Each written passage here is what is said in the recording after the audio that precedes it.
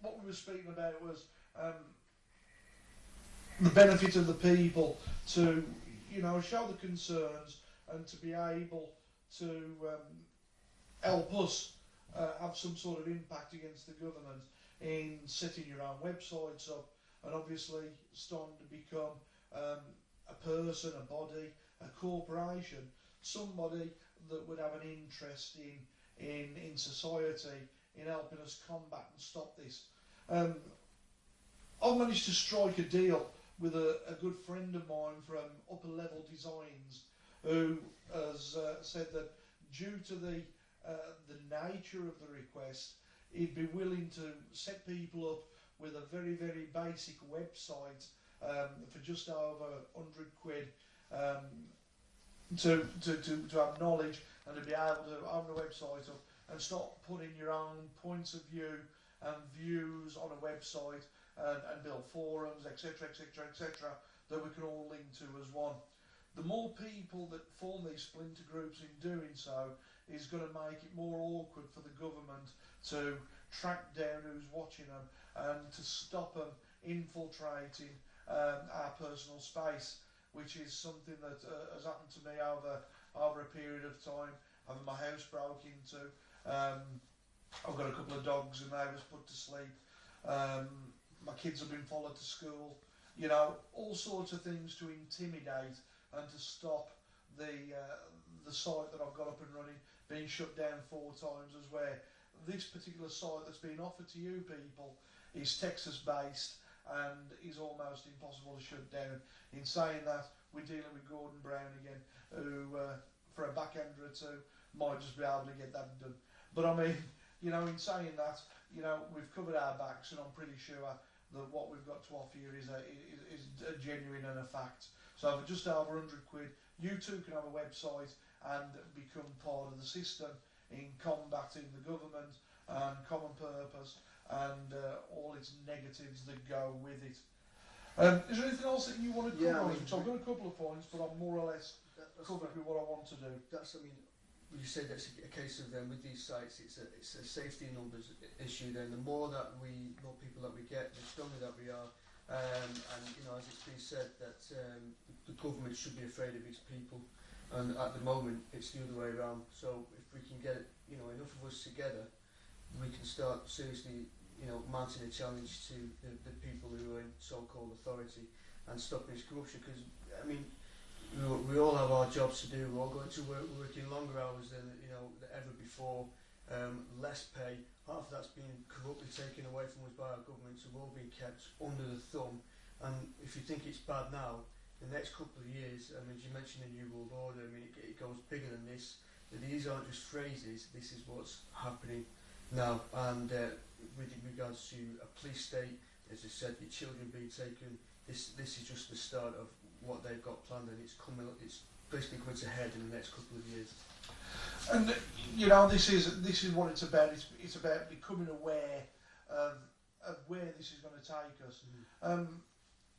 I like the statement that I hear many times that the British public and the UK are going to become slaves without the shackles unless we make drastic change in our understanding towards the people around us and the corrupt government that we've actually got at this moment in time. Another situation of common purpose that I've learnt over the last 3 or 4 weeks is with the health authority. Now, what's fascinating here is we're all aware of the New World Order, and that the New World Order intends to get rid of 80% of its population over probably the next 20-30 years. And one way that the UK has decided to combat this and started to look at the situation is that anybody that goes to the NHS now that's requiring an operation, the NHS are only too quick to give reasons as to why they can't operate. It could be that you've got a lifelong condition, that you suffer from, and that you're genuinely ill, and that you're dying from, an operation could put you right. But what they turn around now and say is, you're either overweight, you still smoke, you're unfit, you won't go to the gym, or for whatever reason. And this is to prolong the situation of you not having an operation. Basically, it's because the operation systems in this country have got on top of the hospitals. There's so much of a waiting list, which is why people are now being sent abroad for operations. People are going to private medical centres to have conditions looked at, and this is all down to the fact that the explosive NHS are trying to cut corners again. It's another way for the government to lead beyond authority. So if you've recently been diagnosed with cancer, I can understand that these doctors and these people around you are going to turn around and say you need to stop smoking.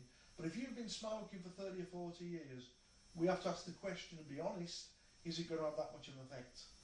Does that mean that you're going to be left to suffer in pain in the chair and not have any support from your local hospital? Because that's how it's coming across. I myself went to hospital this week with a slight problem with my throat. Basically the airway in the throat has narrowed, and he's giving me a situation with breathing, and all they could turn around and say to me, nothing we can do. So even if it's life-threatening, which it could potentially be in the future, even I myself have got to look at that and think, well, have they given me the correct advice?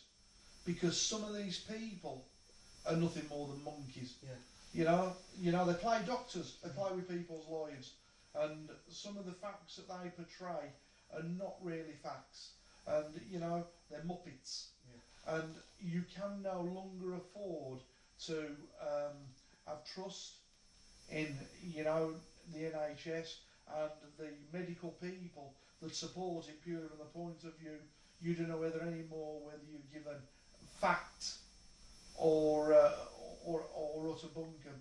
And this is something to consider. So anybody out there that's got heart problems and you've been told to lose weight, you now know the reason why.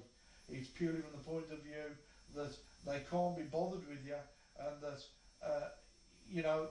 they're just looking for a way out to save money, public resources, and that there's no way that you will get help. In saying that, we have to ask the question, if that is what they truly believe, does that mean that if you have an heart attack on the street and they've said that you need a bypass but you can't because you smoke or you're overweight, they just let you die on the side and put a notice on you, this guy needs a bypass but he still smokes? Right. So you've got a depopulation plan, plus you've got the infiltration of children and messing people up, the society from that. The whole structure is being brought down. Totally. And when you look back at this is going to be back down to common purpose. And if anything today, you guys are going to know what common purpose is. Again, I've just at the hand, so I've got to shut down again just for a few minutes, just while we regain composure. So I'll be back in a minute. Okay guys, we'll come back in a few minutes.